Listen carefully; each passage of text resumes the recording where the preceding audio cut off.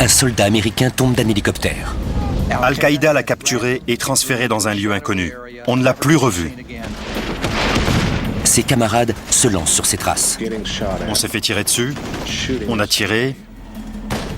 Des bombes de 250 kilos ont explosé tout près. Des amis ont été blessés, des amis sont morts. On a été blessés. Si vous dressez la liste des pires expériences au combat, là, vous les avez toutes sur une seule journée. Voici l'histoire de l'épisode le plus sanglant vécu par l'armée américaine lors de sa guerre en Afghanistan.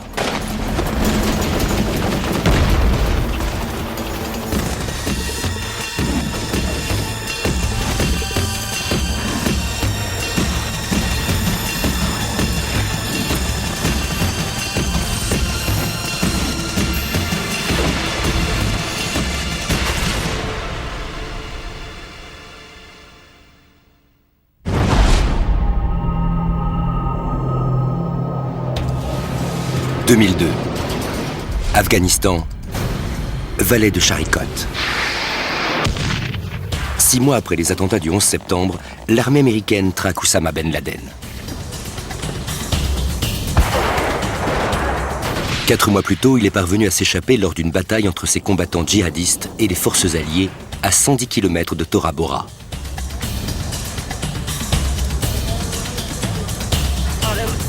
Al-Qaïda est toujours retranché dans les montagnes du sud-est de l'Afghanistan. Aujourd'hui, dans l'espoir d'écraser définitivement l'ennemi, les Américains de la base aérienne de Bagram lancent l'opération Anaconda. Ils prévoient de recourir à des frappes aériennes chirurgicales. Ainsi, les troupes au sol pourront se déployer dans la vallée et anéantir l'ennemi. Mais sur un terrain comme celui-ci, vaste et hostile, l'aviation a besoin de renseignements précis pour localiser les combattants d'Al-Qaïda. Cette mission de renseignement est confiée à une unité d'élite.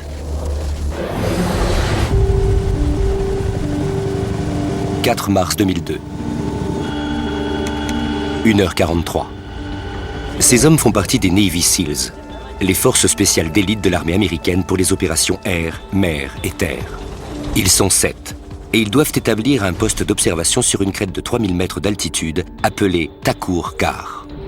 Depuis les hauteurs, les SEALs pourront observer les mouvements des combattants ennemis et fournir des coordonnées exactes pour les frappes aériennes. À l'arrière de l'hélicoptère Chinook, le sous-officier Neil Roberts se prépare. Il est dans les Navy Seals depuis 12 ans et c'est l'un des membres les plus expérimentés et les plus fiables de l'équipe. Le plan prévoit que l'hélicoptère largue les hommes à bonne distance de Thakur Ghar. Dans la neige, à la faveur de l'obscurité, les SEALs entreprendront une marche de 4 heures pour rallier le sommet de la crête.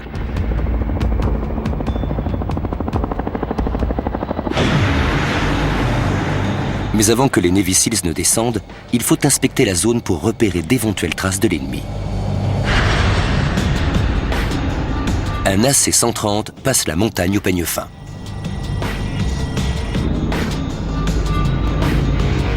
À l'aide de capteurs thermiques à infrarouge, il peut identifier des signes de vie à plus de 7000 mètres d'altitude. Les Américains estiment qu'il pourrait y avoir jusqu'à 200 combattants dans les environs. Pourtant, rien n'apparaît sur leurs écrans. Visiblement, la voie est libre.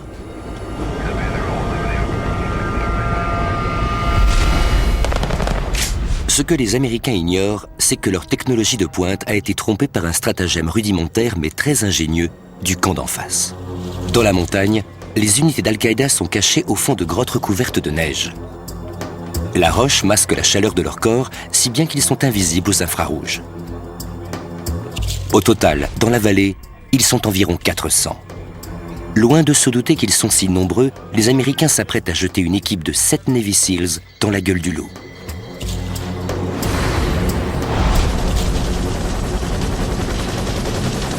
Les SEALs ont le feu vert pour la phase terrestre de l'opération. Au dernier moment, le chef du commando change de tactique. Persuadé que la cible est dégagée, il ordonne à l'hélicoptère de les déposer directement au sommet du Thakur Ghar.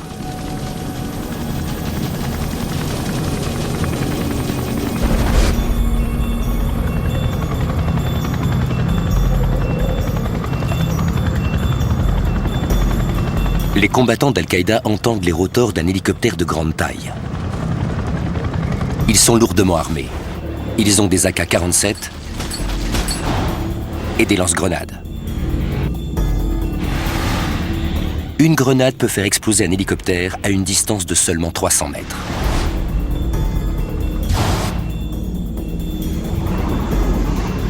L'appareil américain est déjà à 200 mètres et il se rapproche. Les pilotes sont persuadés que la voie est libre.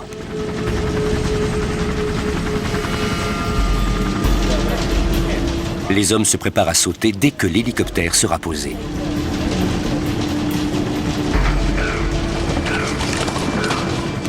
Le sol n'est plus très loin. Mais soudain,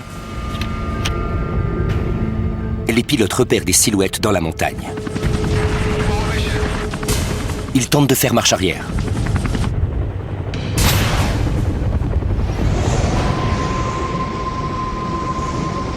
Mais c'est trop tard.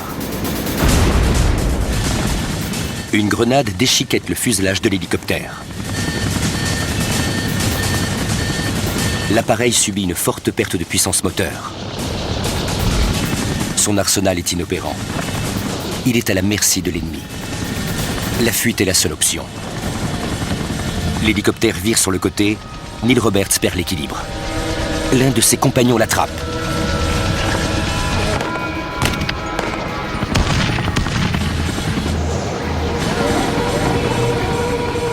Le Chinook penche dangereusement. Et Roberts tombe.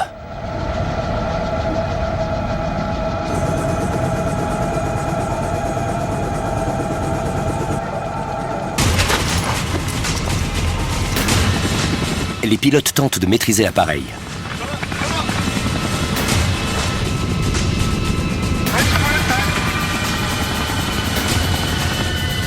Ils parviennent à manœuvrer l'hélicoptère en détresse loin de l'ennemi.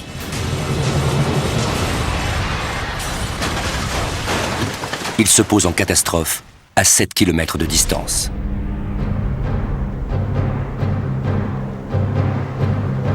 Roberts se retrouve seul dans la montagne, avec pour seule arme une mitrailleuse légère. Il est cerné par les hommes d'Al-Qaïda.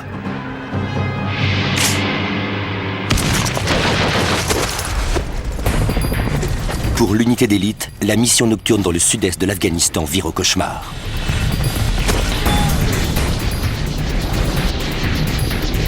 Six Navy Seals et l'équipage de l'hélicoptère ont atterri dans l'urgence dans une vallée isolée.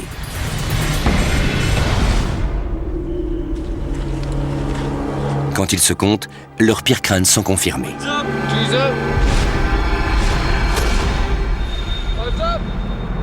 Neil Roberts manque à l'appel. Il faut lui porter secours.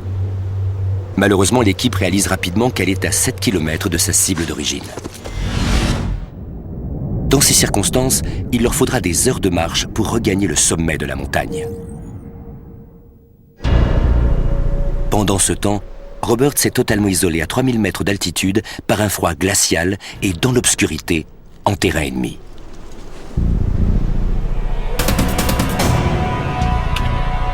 Il est hors de portée radio. Seul point positif, il sait que ses camarades reviendront le chercher. En attendant, il doit juste se mettre à l'abri. Les autres Navy Seals ont été récupérés par un autre Chinook et ils retournent immédiatement à Takurga. Désormais, ils n'ont plus qu'une seule mission, sauver leurs camarades. La philosophie du combattant est simple. On n'abandonne jamais un camarade. On ne s'est même pas posé la question. Il fallait y retourner pour le retrouver et le ramener, mort ou vif.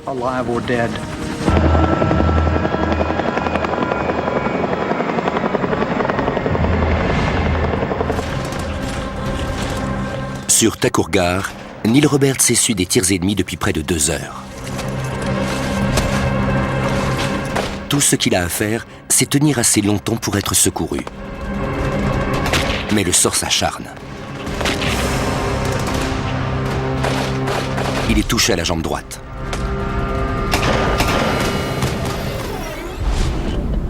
« 2000 mètres au-dessus de la montagne, un drone de surveillance se met en position. C'est un Predator, piloté à distance par satellite depuis une station de contrôle au sol située à 1500 km de distance à Oman, sur la péninsule arabique.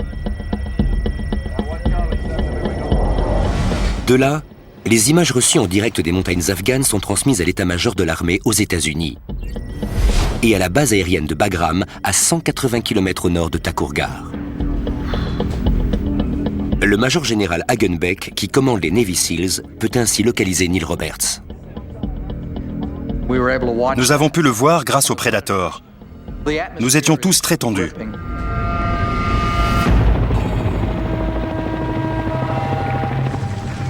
Venus sauver leurs camarades, les Seals sont eux aussi nerveux. Nous savions clairement que nous n'avions pas l'avantage de la surprise. Ceux d'en face nous attendaient.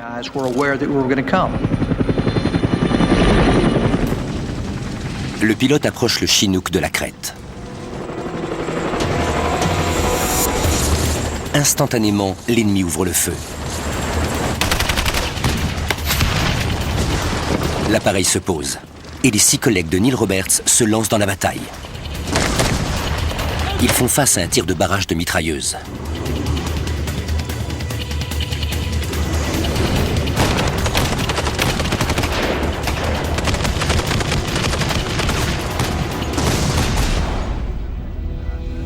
À la base aérienne de Bagram, le général Hagenbeck suit le déroulement de l'opération sur les images envoyées par le drone.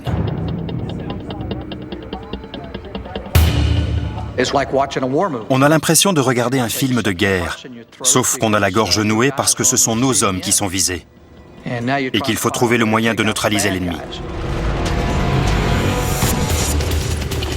Les combats font rage sur la montagne. Le sergent-chef John Chapman tue 2 combattants d'Al-Qaïda. Touché et meurt sur le coup.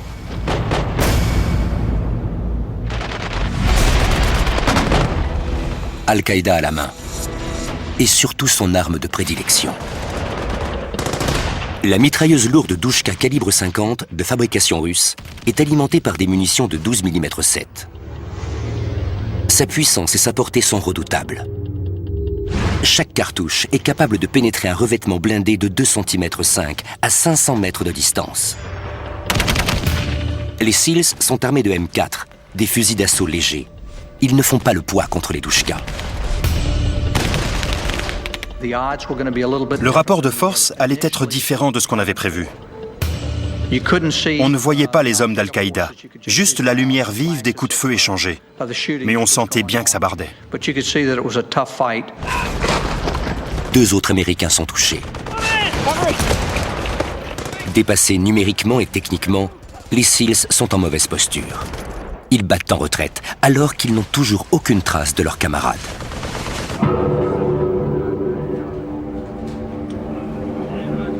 En réalité, Neil Roberts a déjà été tué.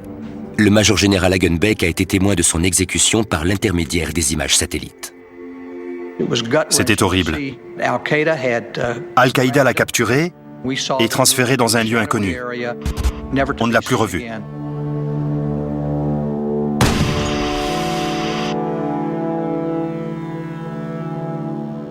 Les SEALs ne savent pas ce qui s'est passé. Ils ne sont plus en contact radio avec leur base.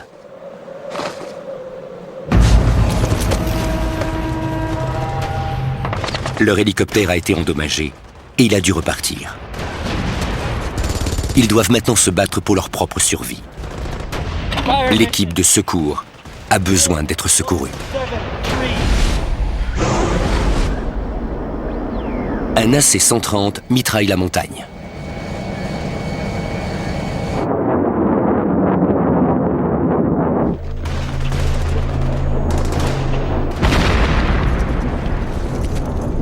Les tirs ennemis cessent, mais l'AC-130 est un appareil gros et lent. Il vole rarement en plein jour car il est trop vulnérable. Il n'est pas adapté à la situation et reçoit l'ordre de regagner la base.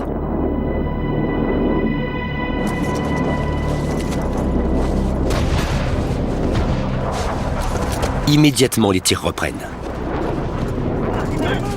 Il reste 5 Navy SEALs dans la montagne.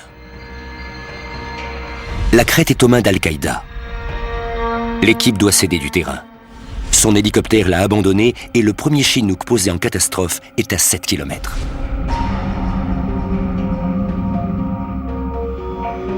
La base aérienne de Bagram est à 180 km au nord. Désormais, une seule unité peut les sauver, les Rangers de l'armée, une force de réaction rapide prête à intervenir 24 heures sur 24. Leur spécialité, les extractions en territoire ennemi et les missions de renfort. Le Ranger Oscar Escano est en permanence sur le pied de guerre. Ça ressemble au service d'urgence comme le SAMU. Une force de réaction rapide n'a jamais la possibilité de planifier ses interventions. On est appelé et on nous dit juste qu'il y a un sérieux problème. Le capitaine Nate Self commande la section des Rangers. J'étais au centre des opérations et j'écoutais les communications radio. J'étais en train d'achever un plan de mission quand j'ai reconnu le signal indiquant qu'un de nos appareils était touché. En moins de 15 minutes, 2 hélicoptères Chinook sont prêts à décoller. On a monté l'opération de sauvetage aussi vite que possible. Le capitaine Self prend la tête d'une équipe de 10 Rangers dans le premier hélicoptère Razor One. Ils sont mobilisés si vite qu'ils recevront leurs ordres en chemin. Embarquer dans un hélico dont les pales tournent déjà, ça fait vraiment monter l'adrénaline.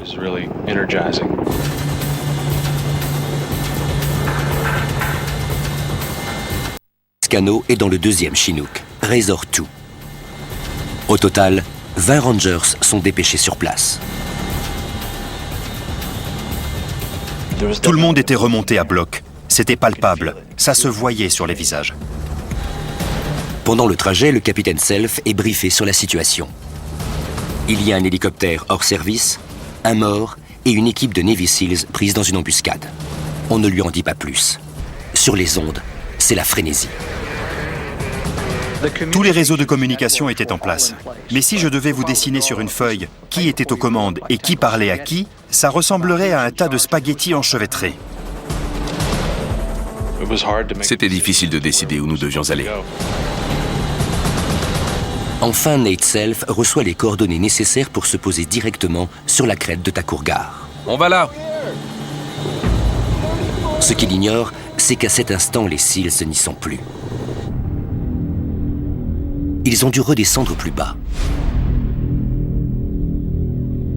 Tout comme la première mission de reconnaissance et les Navy SEALs venus à sa rescousse, la force de réaction rapide se jette dans les griffes d'Al-Qaïda.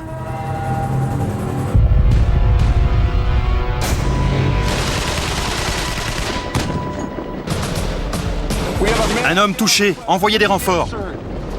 Venu récupérer Neil Roberts, l'équipe de Navy SEALs s'est retrouvée coincée dans la montagne.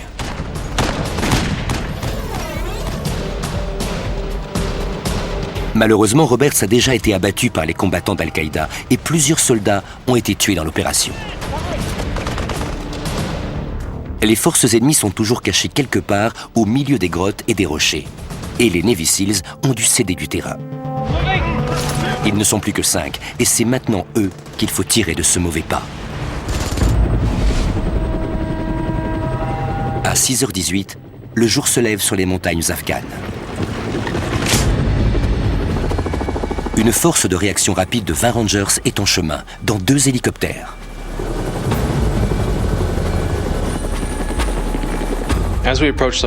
Quand on a approché, j'ai pu voir toute la vallée et les montagnes autour par l'arrière de l'hélico. Ça m'a vraiment impressionné de savoir que des gens se battaient là-bas. Le capitaine Self commence par chercher l'équipe des Navy SEALs au sol. En arrivant à la montagne, je m'attendais à un terrain très hostile. Je ne savais pas si on allait se faire tirer dessus, mais j'ai dit à l'équipe de se tenir prête. Self sait qu'en plein jour, le Chinook est une cible de choix. Mais il ignore qu'il se dirige droit sur la crête où 2 appareils sont déjà tombés dans une embuscade.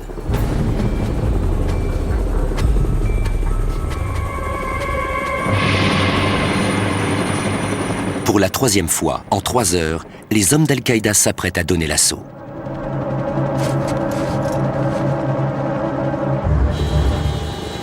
Le ranger Oscar Escano est dans le second hélicoptère de la force de réaction rapide, Razor 2. Il attend toujours les ordres. On ne savait pas ce qui se passait. Alors on a attendu.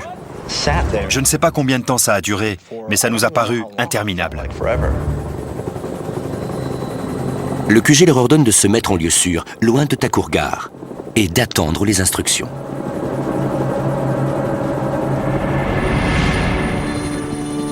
À bord du Razor One, l'autre équipe doit continuer toute seule.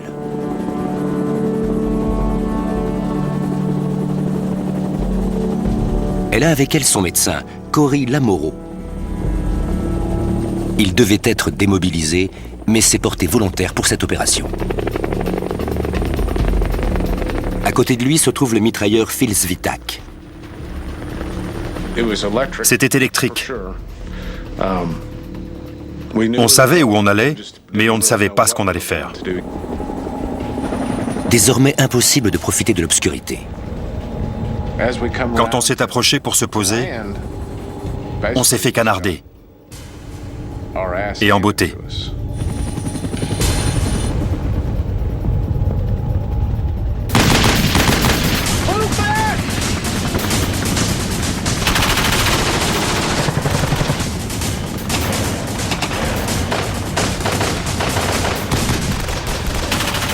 Un tir de mitrailleuse traverse l'hélicoptère.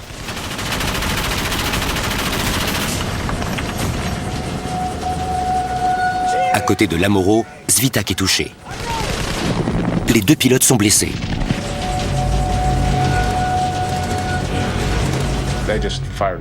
Ils nous ont criblés de balles. Ça tirait dans tous les sens. On n'arrivait pas à comprendre ce qui se passait. Les balles traversaient l'hélico. Ça n'arrêtait pas. Mon casque a été touché par 3 balles qui n'ont pas pénétré. Les mitrailleuses ennemies déchiquettent les pales de la turbine du côté droit.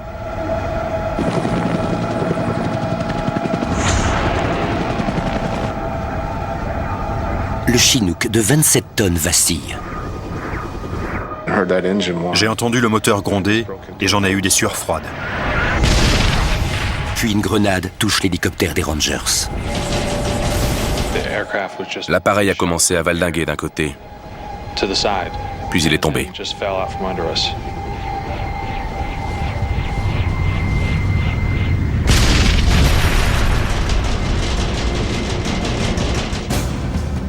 Le Chinook s'écrase dans la neige à moins de 75 mètres du campement d'Al-Qaïda.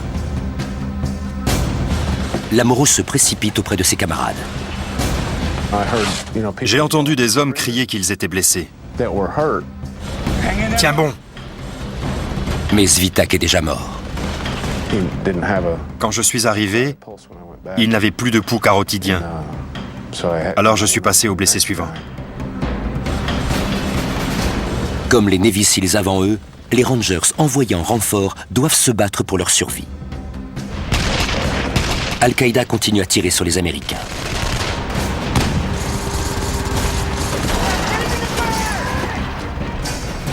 Nate Self tombe en sortant de l'hélicoptère. 2 Rangers se sont tués en touchant le sol.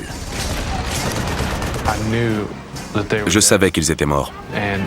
Mon cerveau a intégré cette information, mais les tirs ennemis m'ont ramené à la réalité de la situation. Self tente de contre-attaquer, mais sa mitrailleuse s'enraye. Il est contraint de prendre celle d'un camarade mort. On était dans le pétrin. On n'avait nulle part où se mettre à l'abri. Tout ce qu'on pouvait tenter, c'était un tir de couverture.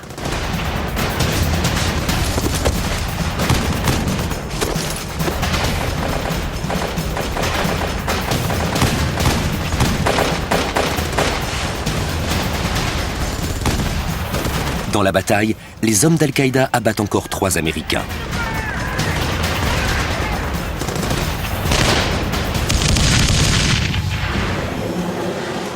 Près de 50 mètres en contrebas, d'autres combats ont lieu. Les Navy Seals envoyés dans la montagne pour chercher Neil Roberts sont eux aussi attaqués. 2 d'entre eux sont grièvement blessés.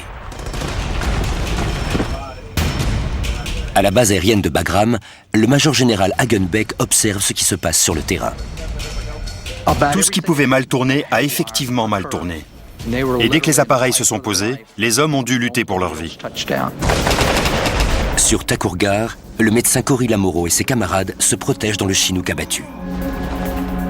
Il y a 4 morts et 3 blessés. L'un des pilotes a une main presque entièrement arrachée. Le sang jaillissait à 2 mètres de hauteur. Comme dans les films, il se tenait le poignet en hurlant de douleur.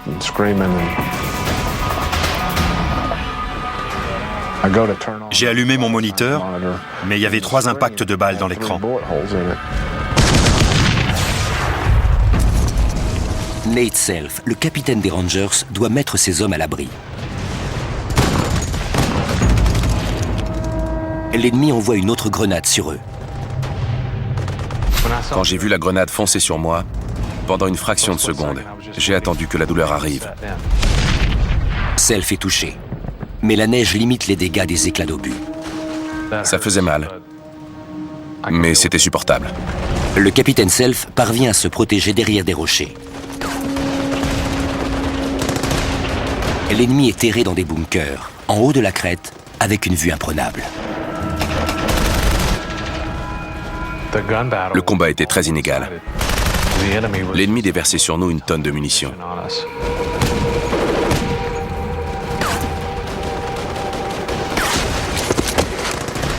Al-Qaïda a déjà descendu 2 hélicoptères américains. Et au sol, elle possède un avantage stratégique. Les Rangers en détresse doivent absolument reprendre le contrôle de la situation. Le capitaine Self demande des renforts aériens. 2 avions de combat F-15 apparaissent à l'horizon. Chacun possède une mitrailleuse multicanon 20 mm et des bombes de 250 kg.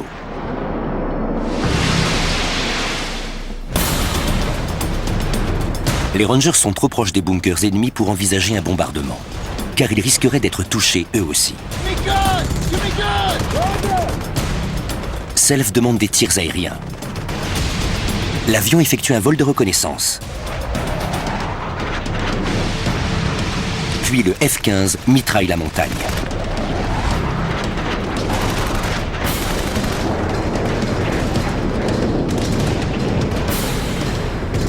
Le second F-15 vise le bunker ennemi.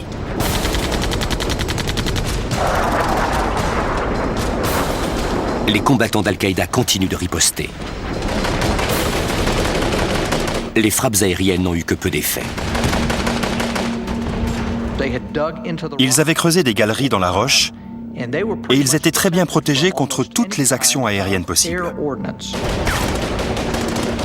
Pour se sortir de cette situation, il fallait absolument tenter quelque chose. Si je ne faisais rien, tout le monde allait mourir.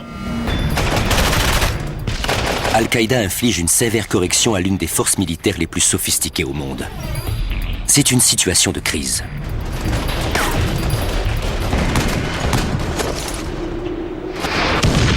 Tout a commencé avec un soldat américain qui s'est retrouvé seul dans une montagne afghane. Mais les 2 équipes envoyées pour le sauver, les Navy Seals puis les Rangers, sont tombées dans une embuscade. Ce sont elles qu'il faut maintenant secourir. Ils avaient construit des positions de combat. Ils vivaient au sommet de la montagne. Ils étaient prêts à se battre. Al-Qaïda sème le chaos parmi les forces américaines. Ça n'a pas fonctionné comme ça aurait dû. Je m'attendais à voir des renforts débarquer de l'hélicoptère. Je me disais, mais où sont tous ceux qui devraient être derrière moi? Seuls 6 Rangers sont encore en état de combattre. Pendant ce temps, 30 km plus loin. On a le feu vert, on y va. Le Ranger Oscar Escano et le reste de la seconde force de réaction rapide, restés à l'écart jusqu'à présent, reçoivent l'ordre de rejoindre la montagne. Cela fait presque 1 heure que leurs camarades du premier hélicoptère sont tombés dans le piège. Escano découvre alors la gravité de la situation. Quand j'ai entendu la nouvelle, j'arrivais pas à y croire. J'ai dû faire un effort pour vaincre ma curiosité et les questions que je me posais pour être prêt. Parce qu'on partait immédiatement. Escano a sa méthode personnelle pour se préparer à l'atterrissage. J'ai pris un feutre indélébile Et j'ai écrit « Que Dieu bénisse l'Amérique » sur le revers de ma main, et sur l'autre, j'ai noté la date 11 septembre, pour me rappeler pourquoi on était là.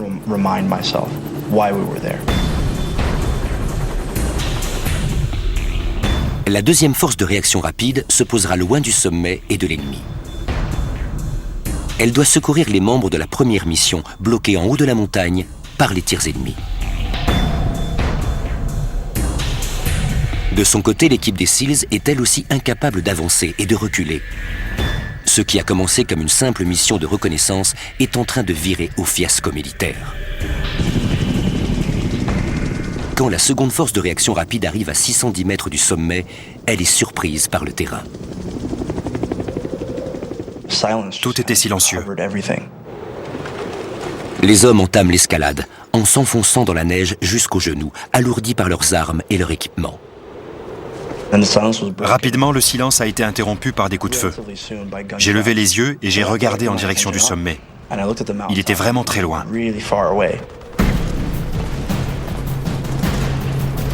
Il leur faudra des heures pour atteindre les autres Rangers toujours coincés dans la neige vers le sommet de Thakurgar. Pendant ce temps, en haut, la situation s'aggrave.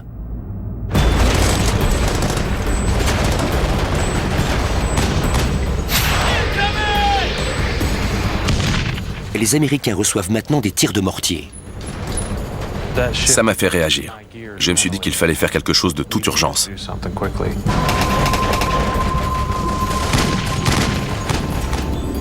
Le capitaine Self appelle une nouvelle fois des renforts aériens. Cette fois-ci, ils vont bombarder l'ennemi. Après un vol de reconnaissance, le pilote passe à l'action. Volant à 300 mètres par seconde, le F-16 largue une bombe de 250 kg. Si elle touche sa cible, elle rayera de la carte le camp d'Al-Qaïda. C'est raté. Quand l'avion de chasse repasse, la deuxième bombe tombe entre deux positions ennemies. Les deux frappes aériennes ont échoué. Les combattants d'Al-Qaïda sont toujours en état de nuire.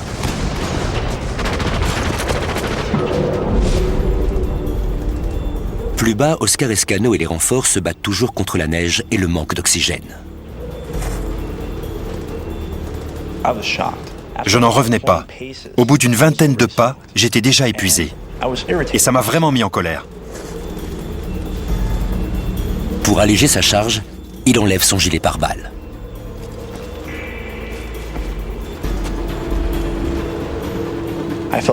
Je me sentais plus en sécurité avec une meilleure manœuvrabilité. Je n'étais plus une cible immobile. Maintenant, les renforts progressent plus vite.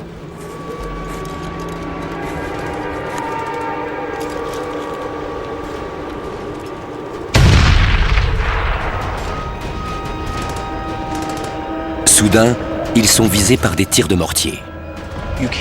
On ne peut pas faire grand-chose contre une attaque de mortier, surtout dans une position comme la nôtre. On était sur une crête étroite. À certains endroits, le versant était à pic. L'ennemi s'en donne à cœur joie. Je savais que je ne voulais pas mourir, mais j'acceptais cette possibilité.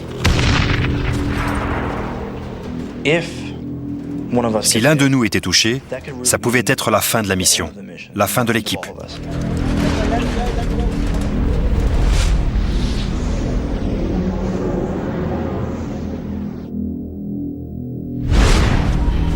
En haut de la montagne, la première force de réaction rapide tente toujours de rester à couvert. Cory Lamoureux et l'autre médecin sont dans leur Chinook, où ils font l'impossible pour stabiliser leurs 3 camarades blessés.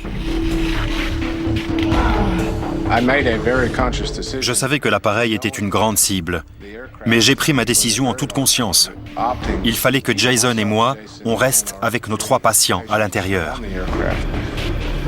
À ce moment-là, c'était notre meilleure chance de survie. Ils sont toujours exposés et le matériel médical va bientôt manquer.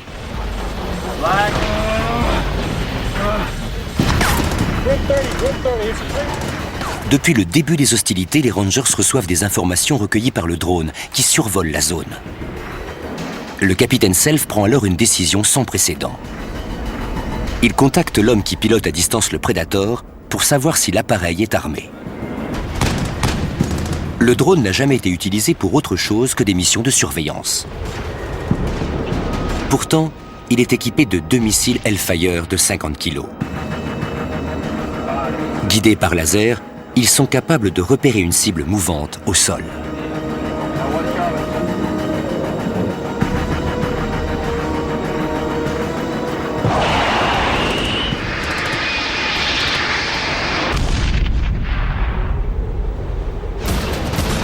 L'un des missiles touche de plein fouet le bunker ennemi.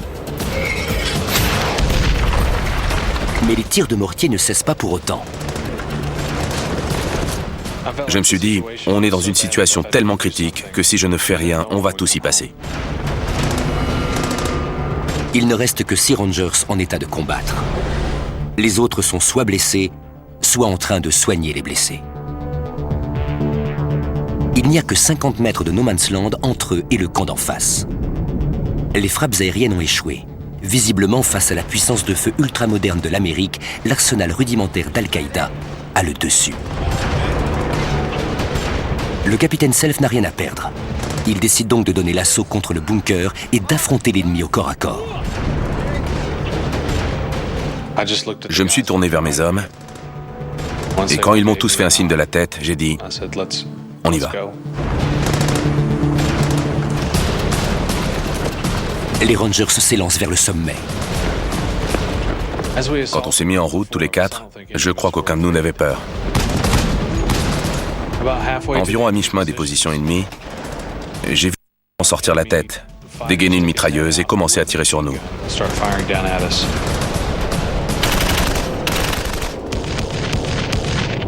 Une nouvelle fois, le Douchka calibre 50 déverse toute sa fureur sur les Américains.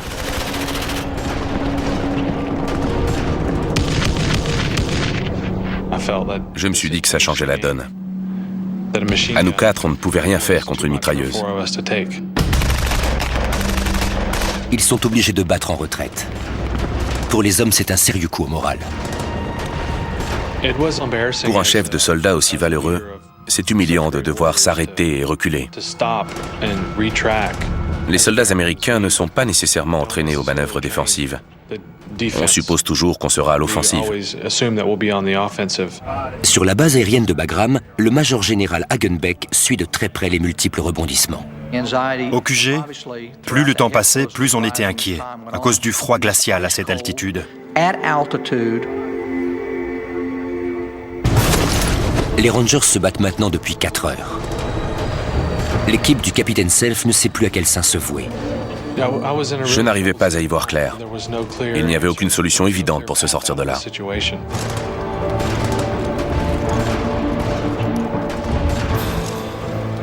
La seconde équipe de Rangers escalade maintenant la montagne depuis 2h30 et elle est à bout de force. Enfin, elle rejoint les autres.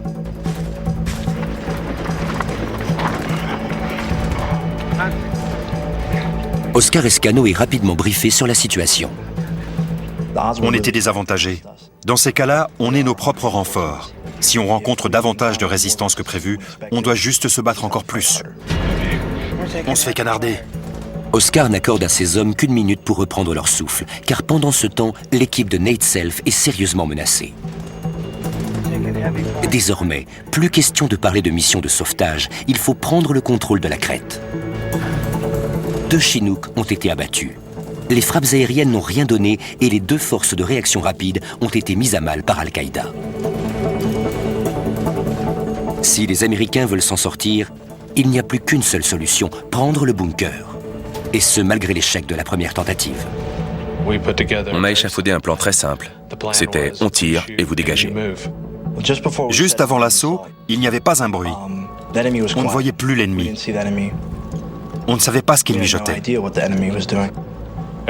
Tous ceux qui tenaient debout se sont levés et ont commencé à tirer.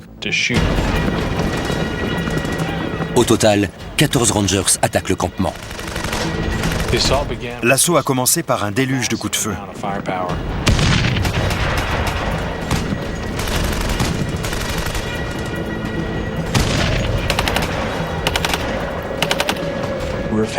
On a arrosé toute la zone qui nous séparait de l'ennemi. Il n'y avait rien. Pas un caillou.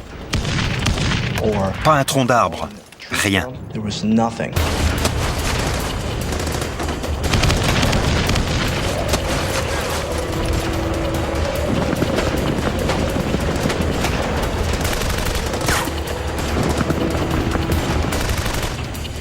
Les Américains neutralisent la première position de tir. Le redoutable Douchka se tait enfin. Et le bunker principal n'est plus qu'à quelques mètres.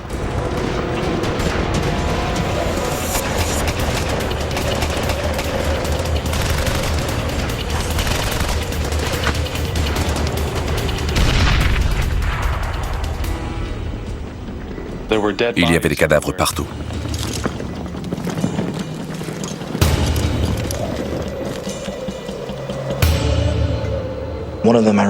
Je me souviens de l'un d'eux. C'était un homme, comme nous. Comment justifier sa mort?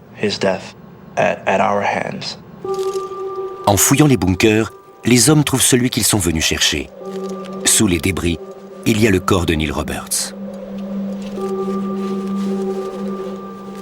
Quelques mètres plus loin, il tombe sur son équipement dans la neige. À chaque fois qu'on a utilisé la force, c'était justifié. Parce que l'ennemi avait tous les avantages stratégiques et qu'on se battait pour notre survie. Mais Nate Self, le capitaine des Rangers, sait que la bataille n'est pas terminée.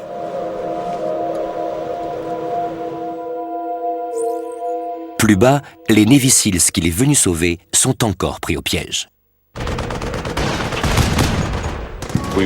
On était en plein territoire ennemi. Je me demandais si on allait tenir longtemps, ce que l'ennemi allait faire, et si on avait assez de temps pour rejoindre les autres. Il faut sécuriser la crête. Le médecin Cory Lamoureux est persuadé que la zone est sûre. Il prépare l'évacuation en sortant les blessés de l'hélicoptère.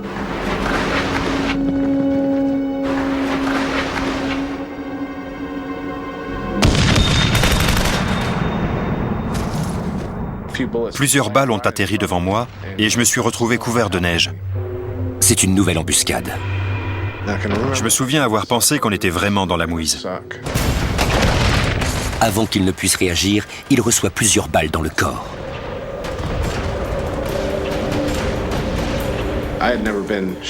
Je n'avais jamais été blessé auparavant. La douleur était intense. Je me suis couché en position fétale et les pensées se sont bousculées dans ma tête. Je ne savais pas si j'étais paralysé ou non. L'autre médecin, Jason Cunningham, est touché lui aussi, et il sombre peu à peu. Il perdait du sang et il fallait le soigner rapidement. Une fois encore, les Rangers sont dans une position désespérée. À chaque tentative, ils s'enfoncent un peu plus. Dans la vallée, leur poste d'observation repère l'arrivée d'autres combattants d'Al-Qaïda. L'ennemi est plus rusé et plus offensif que prévu. Leur stratégie était impressionnante. À ce stade de la mission, on était tombé dans 2 embuscades. Au moment où les Rangers pensent que cette bataille difficile est gagnée, le camp d'en face lance une contre-offensive. La situation déjà critique Il faut des renforts! devient dramatique. Depuis le début de l'opération, rien ne se passe comme prévu. Les missions successives ont toutes échoué. Maintenant, le médecin Cory Lamoureux sait que ses chances de survie sont minces.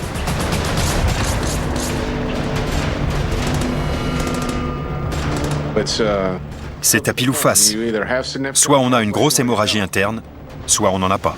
Ma première pensée a été pour mes enfants, parce que j'étais sûr d'y passer.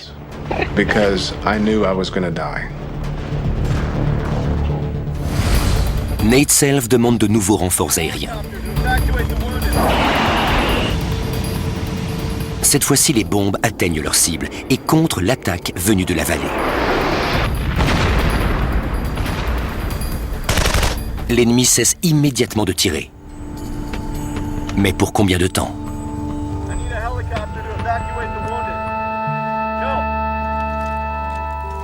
La crête de Takurgar est jonchée de cadavres et de blessés américains.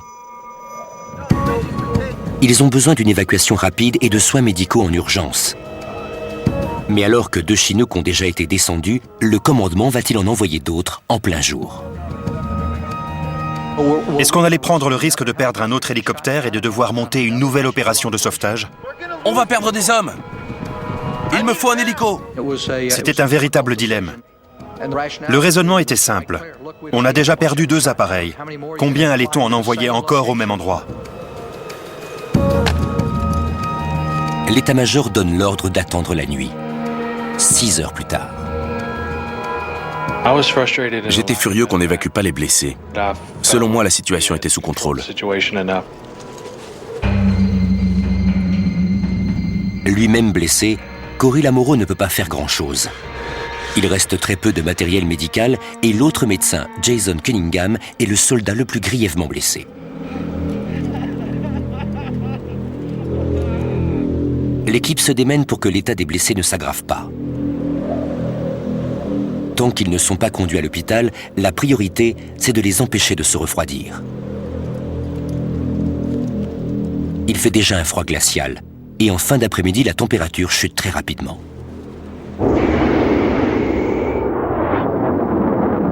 Durant plusieurs heures, les bombardiers américains tiennent l'ennemi à distance. À 18 heures, le vent se lève et le mercure plonge. Cela fait plus de 6 heures que Jason Cunningham s'accroche à la vie. On lui parlait. On lui disait « Cunningham, tiens bon, ne nous laisse pas tomber. Réveille-toi, réveille-toi !» Ses camarades assistent à son agonie, impuissants. Ça a été très dur pour nous quand il est mort. Je me suis senti vraiment responsable. Je n'avais pas réussi à convaincre le commandement de le sortir de là. C'était en partie de ma faute.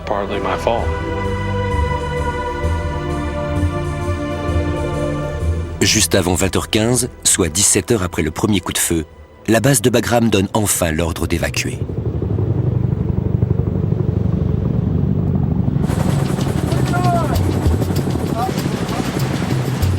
Un premier Chinook prend en charge les blessés.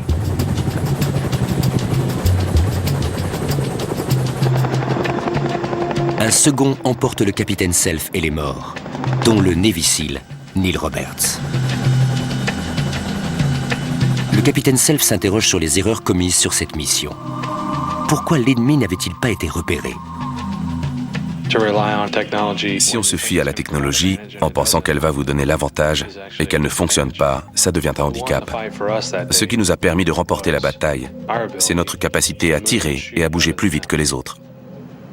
Ce n'est pas compliqué. Désormais, ces 17 heures mouvementées portent le nom du Navy SEAL tombé de l'hélicoptère. C'est la bataille de Roberts Ridge. Quelques jours plus tard, les Américains reviendront sur place pour prendre le contrôle de la montagne. Au final, Roberts Ridge est un succès, même si nous avons perdu 8 hommes lors de l'opération. Ce fut un acte d'héroïsme extraordinaire de la part des équipes de sauvetage. Pour les forces américaines, c'est l'épisode le plus sanglant de la guerre en Afghanistan. En 14 heures, on a eu droit à tout. On s'est fait tirer dessus. On a tiré.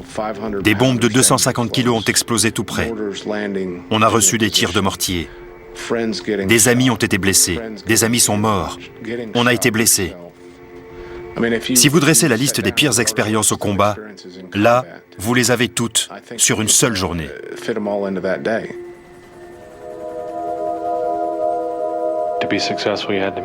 Pour réussir, vous devez atteindre votre objectif.